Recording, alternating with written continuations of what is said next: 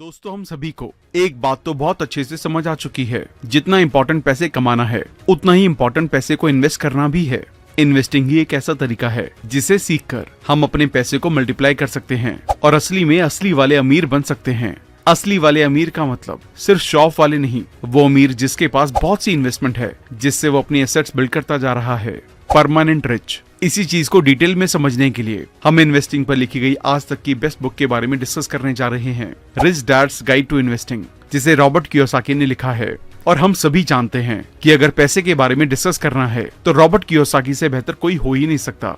इस बुक में आप जानेंगे कि अमीर कहाँ इन्वेस्ट करते हैं और उनकी इन्वेस्टिंग स्ट्रेटेजीज क्या होती हैं।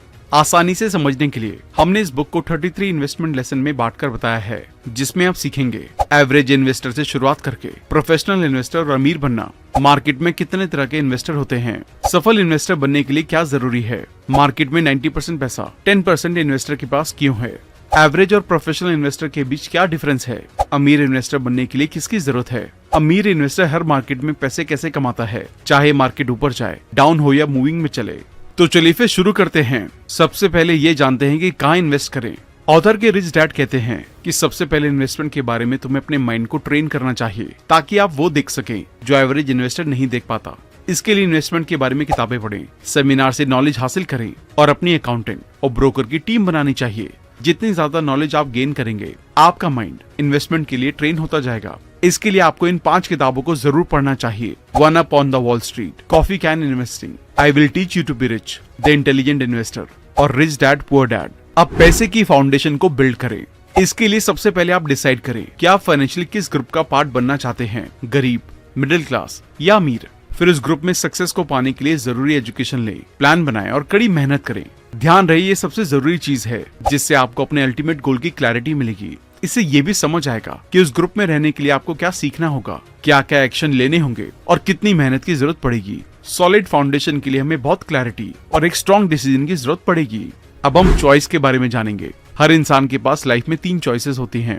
पहली सिक्योरिटी, दूसरा कंफर्टेबल रहना और तीसरा अमीर बनना। सिक्योरिटी माइंडसेट के लोग जॉब को ज्यादा प्रायोरिटी देते हैं। वो इस तरह कहते हैं, स्कूल जाओ, अच्छे नंबर लाओ और ज्यादा सैलरी वाली जॉब हासिल करो। कंफर्टेबल माइंडसेट वाले लोग सिर्फ वहाँ इन्वेस्टमेंट करना चाहते हैं जहाँ रिस्क ना हो या रिस्क प्रूफ इन्वेस्टमेंट जिसमें सक्सेस की 100% गारंटी मिले। अमीर माइंडसेट वाले लोग ये जानते हैं कि रिस्क के बिना सक्सेस मिलना इम्पॉसिबल है, इसलिए वो अपनी फाइनेंशियल नॉलेज को बढ़ाते हैं ताकि रिस्क को कम से कम करके प्रॉफिट को बढ़ा सके। इसलिए सोच समझकर चूज करें, क्योंकि आपकी चॉइस के बेस पर ही आपके रिजल्ट डिपेंड करेंगे। अब ये सोचें कि आप किस तरह की दुनिया देखते हैं। यहाँ आप 2 तरह की दुनिया जानेंगे, एक जरूरत से कम पैसे वाली और दूसरा जरूरत से ज्यादा पैसे वाली। जरूरत से कम पैसे वाली दुनिया के लोग जॉब और फाइनेंशियल सिक्योरिटी को ज्यादा इंपॉर्टेंस देते हैं, इसलिए वो कुछ नया रिस्की काम करने की कोशिश नहीं करते और लाइफ टाइम पैसे की कमी में जीते हुए पैसे बचाने के लिए स्ट्रगल करते रहते हैं। जबकि जरूरत से ज्यादा पैसे वाली दुनिया में लोग जरूरत से ज्यादा पैसे कमाने के मौकों को ढूंढते रहते हैं और अपने फाइनेंशियल आईक्यू को बढ़ाने के लिए ज्यादा से ज्यादा फाइनेंशियल एजुकेशन लेते हैं। इसी चॉइस की वजह से दुनिया में 90% पैसा 10% फाइनेंशियल एजुकेटेड लोगों के पास है, जबकि सिर्फ 10% पैसा सिक्योरिटी माइंडसेट वाले लोगों के पास है। अब ये जानते हैं कि इन्वेस्टमेंट इतनी कॉम्प्लिकेटेड क्यों है। इन्वेस्टमेंट का मतलब ऐसी जगह पैसे लगाना है जो हमारी लाइफ को और ज्यादा आसान और समृद्ध बनाए। इन्वेस्टमेंट का मतलब इतना आसान होते हुए भी ये कुछ लोगों को मुश्किल लगता है, क्योंकि इसका मतलब सबके लिए अलग है। कोई शेयर मार्केट में पैसे लगाने को इन्वेस्टमेंट कहता है, तो कोई एसेट में इन्वेस्टमेंट को अच्छा मानता है, कोई इंश्योरेंस लेने को, तो कोई अपनी अपनी फैमिली को अच्छी परवरिश देने को। इसलिए इन्वेस्टमेंट अपने आप में बहुत वास्ट सब्जेक्ट है। इसके बारे में स्पेसिफिक नॉलेज किसी के पास नहीं है। अलग अलग लोग अपनी नॉलेज के अकॉर्डिंग पैसा कमाते हैं और अपनी नॉलेज को शेयर करते हैं। अब ये जानते हैं कि इन्वेस्टमेंट कैसे एक प्लानिंग है। इन्वेस्टमेंट कोई प्रोडक्ट, कोई share, bond, real estate asset या कोई बिजनेस नहीं है, बल्कि एक प्लानिंग है जो आपको अपने फाइनेंशियल गोल ए से गोल बी तक ले जाने के लिए हेल्प करेगी, चाहे वो एक प्रोडक्ट से मिले या उसके लिए अलग अलग प्रोडक्ट बदलने की जरूरत पड़े। इसका मतलब आपको 40 से 50 लाख रुपए कमाने का प्लान बनाना चाहिए और इसके लिए जो जरूरी प्रोडक्ट्स हैं उन्हें इस्तेमाल करना चाहिए, बजाय किसी एक प्रोडक्ट या प्लान से चिपके रहने के, चाहे उससे फायदा ना हो रहा हो। और जहाँ इन्वेस्टमेंट ऑप्शन बहुत ज्यादा हो, वहाँ प्लानिंग उतनी ही ज्यादा इंपॉर्टेंट हो जाती है, क्योंकि एक प्लान पर स्टिक करना और जरूरत पड़ने पर उसी प्लान में चेंज करना, दोनों एस्पेक्ट इन्वेस्टमेंट के लिए बहुत ज्यादा जरूरी है। अब हम रिच प्लान और पुअर प्लान के बारे में जानते हैं। प्लानिंग 2 तरह की होती है, एक अमीर बनने की और दूसरी गरीब बनने की। ये आपकी प्लानिंग और शब्दों से तय होता है कि आप फ्यूचर में फाइनेंशियली क्या बनने वाले हैं, अमीर या गरीब। रिच प्लानिंग का मतलब है बिजनेस और इन्वेस्टमेंट सीखना, अमीर बनने से पहले अपनी फाइनेंशियल सिक्योरिटी क्रिएट करना और कंफर्टेबल लाइफ के लिए पैसिव इनकम सोर्स बनाना। पुअर प्लानिंग है जॉब करना, रिटायरमेंट के लिए पैसा बचाना, कुछ पैसे शेयर बाजार में इन्वेस्ट कर देना और अपने फाइनेंशियल वोकैबुलरी पर ध्यान ना देना। अब हमें ये डिसाइड करना है कि हम किस तरह की प्लानिंग करना चाहते हैं। अब सही प्लान कैसे चूज करें?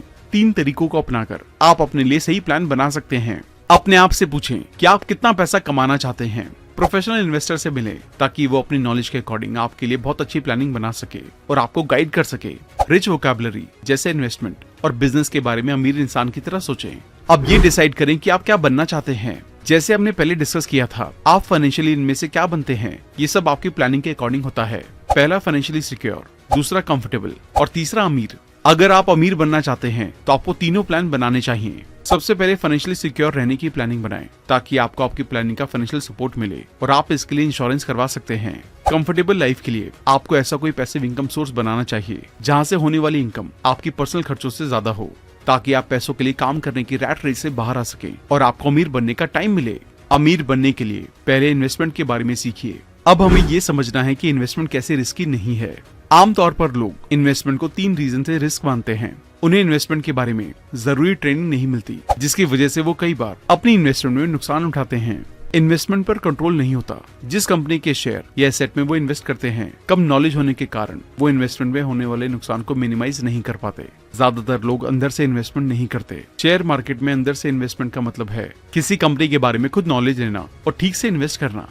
अब ये जानते हैं कि इन्वेस्टमेंट के साथ लाइफ के रिस्क को कैसे कम करें। जब हम जॉब करते हैं या किसी बिजनेस को करते हैं तो हमारी फैमिली पूरी तरह से हम पे डिपेंड होती है और ये उनके लिए एक बहुत बड़ा रिस्क है, क्योंकि लाइफ बहुत ही ज्यादा अनसर्टेन है। इस रिस्क को कम करने के लिए हमारे पास सबसे सेफ और सबसे बेस्ट ऑप्शन है टर्म इंश्योरेंस, और इसके लिए आप मैक्स लाइफ के टर्म इंश्योरेंस को कंसीडर कर सकते हैं, जहां आपको 1 करोड़ का कवर सिर्फ मंथली 700 रुपए और 2 करोड़ का कवर 1100 रुपए के आसपास मिल जाता है। और अगर आप इसके साथ एडिशनल राइडर्स भी लेते हैं तो आपको लाइफ कवर के साथ साथ मिलता है cover against 64 illness, accidental cover, permanent disability cover और वेवियर ऑफ प्रीमियम। सबसे एक्साइटिंग चीज ये है कि अब सेल्फ एम्प्लॉयड लोगों के साथ साथ हाउसवाइफ को भी टर्म इंश्योरेंस मिल सकता है, वो भी बिना अपने हस्बैंड का इनकम प्रूफ दिखाए। मैक्स लाइफ पर आप free of cost term plan भी ले सकते हैं, जहां आपको कुछ ना होने पर आपके सारे पेड प्रीमियम वापस मिल जाते हैं विद नो एक्स्ट्रा कॉस्ट। एक और चीज जिसका सबको डर होता है वो है क्या सच में कुछ इमरजेंसी आने पर मेरी फैमिली को इसका फायदा मिलेगा। जैसे कि आप ग्राफ में देख सकते हैं कि पिछले 4 सालों से मैक्स लाइफ का सेटलमेंट क्लेम रेशियो 99% रहा है और जो पिछले फाइनेंशियल ईयर में 99.51% का है। तो अगर आपने अब तक टर्म इंश्योरेंस नहीं लिया है तो डिस्क्रिप्शन में हमने मैक्स लाइफ टर्म प्लान का लिंक दे दिया है, उसे चेकआउट करें और अपना प्रीमियम कैलकुलेट करें और आज ही टर्म इंश्योरेंस लें। अब हम इन्वेस्टमेंट के बेसिक रूल्स के बारे में जानते हैं। बेसिकली इनकम कमाने के 3 तरीके होते हैं, एक्टिव इनकम, पोर्टफोलियो इनकम और पैसिव इनकम। अमीर बनने के लिए आपको ज्यादा मेहनत पैसिव और पोर्टफोलियो इनकम के लिए करनी चाहिए। अपनी एक्टिव इनकम को ऐसे शेयर, बिजनेस बनाने या रियल एस्टेट खरीदने में इन्वेस्ट करें। जॉब के बिना काम करके पोर्टफोलियो और पैसिव इनकम कमा करते इन्वेस्ट करते टाइम हमेशा इंश्योर करें कि आपका प्रिंसिपल अमाउंट हमेशा सेफ रहे।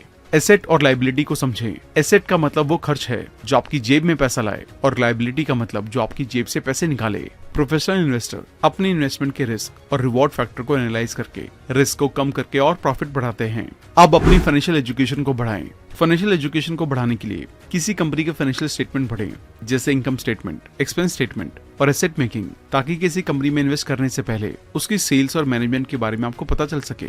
इसके अलावा अपने फाइनेंस को मैनेज करें। ऐसा करने से आपको प्रैक्टिकल नॉलेज मिलेगी। जितना ज्यादा आप अपनी नॉलेज को बढ़ाएंगे उतना ज्यादा आपको मदद मिलेगी। इसलिए ये पॉइंट इस बुक में बार बार बताया गया है।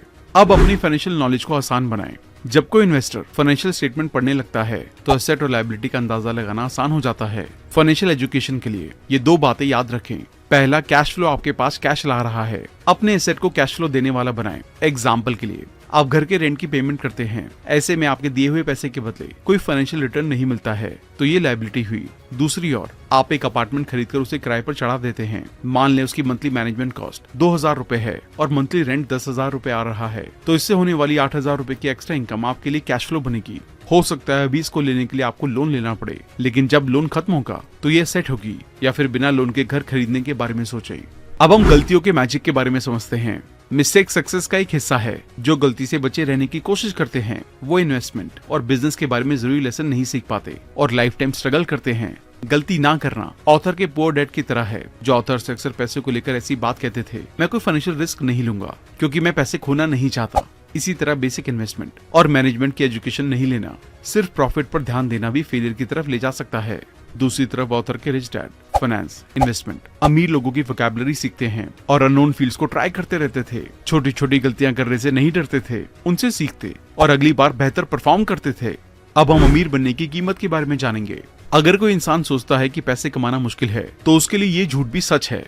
दूसरी तरफ कोई सोचता है दुनिया में बहुत सारा पैसा मौजूद है और मुझे अपनी फाइनेंशियल एजुकेशन बढ़ाने की जरूरत है ताकि मैं मनचाही इनकम कमा सकूं। ये बात उसके लिए भी सच है, क्योंकि जैसा आप इस दुनिया को मानते हैं, दुनिया वैसी ही है। ऐसा माइंडसेट डेवलप करने के लिए हम्बल बने, लोगों की सेवा की भावना से काम करें और ज्यादा से ज्यादा लोगों की प्रॉब्लम को सॉल्व करें। ऐसा करने से बदले में आपको अच्छी पेमेंट मिलेगी और आपके लिए अमीर बनना आसान और तेज हो जाएगा। जितना जल्दी हो सके इन 3 ईज को हासिल करें। पहला ई एजुकेशन, दूसरा ई एक्सपीरियंस और तीसरा ई एक्सेस मनी फॉर इन्वेस्टमेंट। इसके अलावा मनी मैनेजमेंट, कैश फ्लो और इन्वेस्टमेंट के बारे में लगातार सीखते रहें। अब हम 90-10 पजल के बारे में जानेंगे।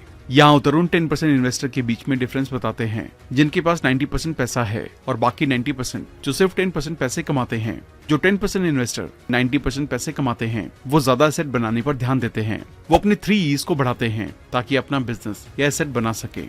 एग्जाम्पल के लिए, एक कंपनी बनाना, उसका IPO इशू करना और मार्केट में उसके शेयर बेचना। साथ ही 90% पैसे के मालिक 10% दूसरी कंपनी के शेयर और एसेट में इन्वेस्टमेंट तो करते हैं, लेकिन पहले खुद की कंपनी और एसेट जरूर बनाते हैं। जबकि 10% पैसे कमाने वाले 90% इन्वेस्टर अपना ज्यादातर पैसा दूसरे की कंपनी में इन्वेस्ट करते हैं। ये बुरी इन्वेस्टमेंट नहीं है, लेकिन इस तरह के एसेट में आपका कोई कंट्रोल नहीं होता है, इसलिए आपके प्रॉफिट और लॉस उस कंपनी के मैनेजमेंट और मार्केट पर डिपेंड करते हैं। इसके अलावा ये लोग blue chip fund, top 500 company और निफ्टी 50 कंपनी में इन्वेस्ट करते हैं, लेकिन पैसा, कैश फ्लो, बिजनेस और इन्वेस्टमेंट के बारे में अपनी नॉलेज को नहीं बढ़ाते हैं। अब हम 90-10 पजल को सॉल्व करेंगे। अगर आप 90-10 पजल को सॉल्व कर रहे हैं, तो आप एंड में खुद का बिजनेस बनाने के जवाब पर पहुंच गए होंगे। अगर आपका जवाब हाँ है, तो यह आपके लिए बहुत ही इंपॉर्टेंट डायरेक्शन है। अगर आप बिजनेस करने की सोचते हैं, तो पहले अपनी लाइफ की प्रॉब्लम को ऑब्जर्व करें, दूसरे लोगों की प्रॉब्लम्स को देखें और उन्हें सॉल्व करने की सोचें। प्रॉब्लम्स को सॉल्व करके सोसाइटी को अगले लेवल तक ले जाने, उनकी लाइफ में वैल्यू ऐड करने के बारे में सोचें। अपने बिजनेस को चुनने के बाद एक्शन लेना शुरू कर दें और टाइम के साथ अपने आप को डेवलप करते रहें। इसके अलावा आपका कॉन्फिडेंस और भरोसा भी एक सक्सेसफुल बिजनेसमैन बनने के लिए बहुत जरूरी है। अब हम इन्वेस्टर के टाइप के बारे में बात करेंगे। यहाँ पर अलग अलग तरह के इन्वेस्टर टाइप और उनके इन्वेस्टमेंट कंट्रोल करने के तरीके के बारे में जानेंगे। इनकम पर सेल्फ कंट्रोल, एक्सपेंस पर कंट्रोल, इन्वेस्टमेंट का management, tax management, information management. 5 तरह के इन्वेस्टर्स। मान्यता प्राप्त इन्वेस्टर, लगभग $1 लाख से ज्यादा एनुअल इनकम वाला investor. Qualified investor, qualified investor समझता है कि पब्लिकली कैसे काम करें। इसे आउटसाइड इन्वेस्टर के रूप में भी जाना जाता है।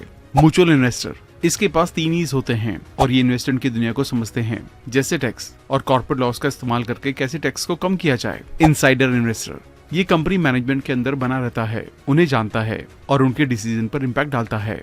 एक सक्सेसफुल इन्वेस्टमेंट के लिए इनसाइडर इन्वेस्टमेंट का टारगेट बनाना चाहिए। फाइनल इन्वेस्टर, फाइनल इन्वेस्टर एक सक्सेसफुल बिजनेस का मालिक होता है।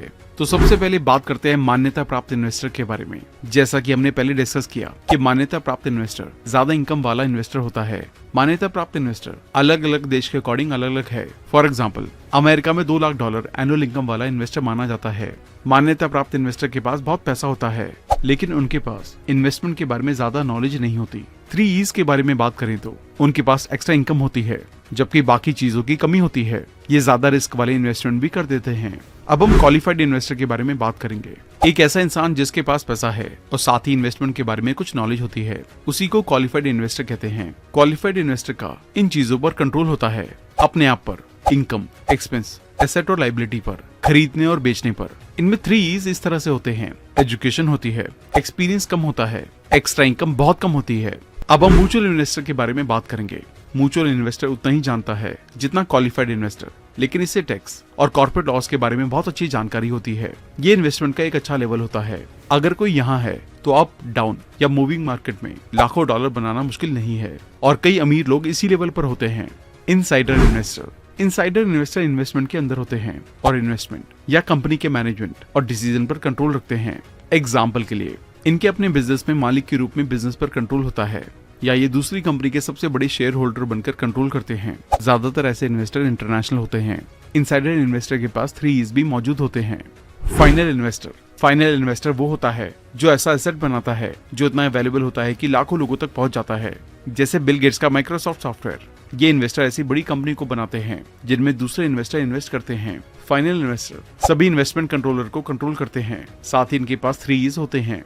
अब हम ये जानते हैं कि धीरे धीरे अमीर कैसे बनना है। सबसे पहले अपना पैसा बचाकर उसे मंथली कैश फ्लो देने वाले एसेट में इन्वेस्ट करें। उसके बाद उस एसेट से होने वाली इनकम से दूसरा एसेट बनाएं ताकि कैश फ्लो बढ़ता रहे और पैसिव इनकम ज्यादा से ज्यादा होती रहे।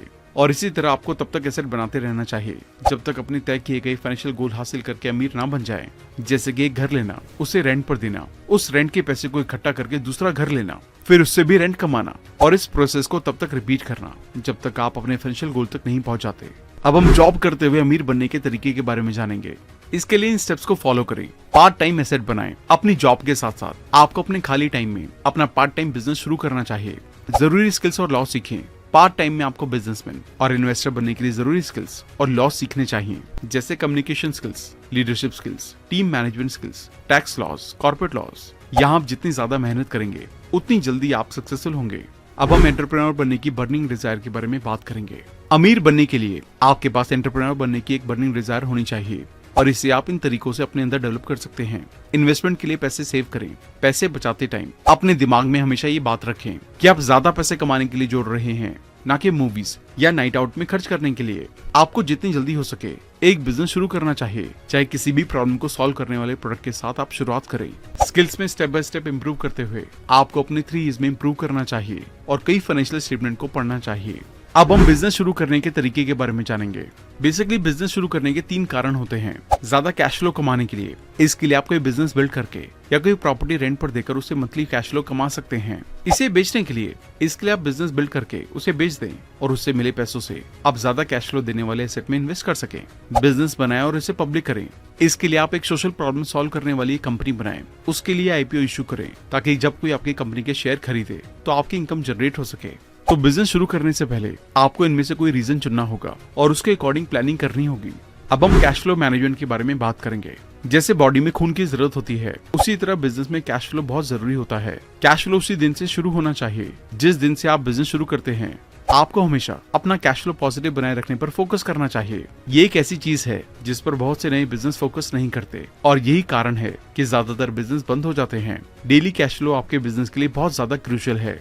Communication management. आपको अपनी कंपनी का इंटरनल और एक्सटर्नल कम्युनिकेशन अच्छी तरह से मैनेज करना आना चाहिए।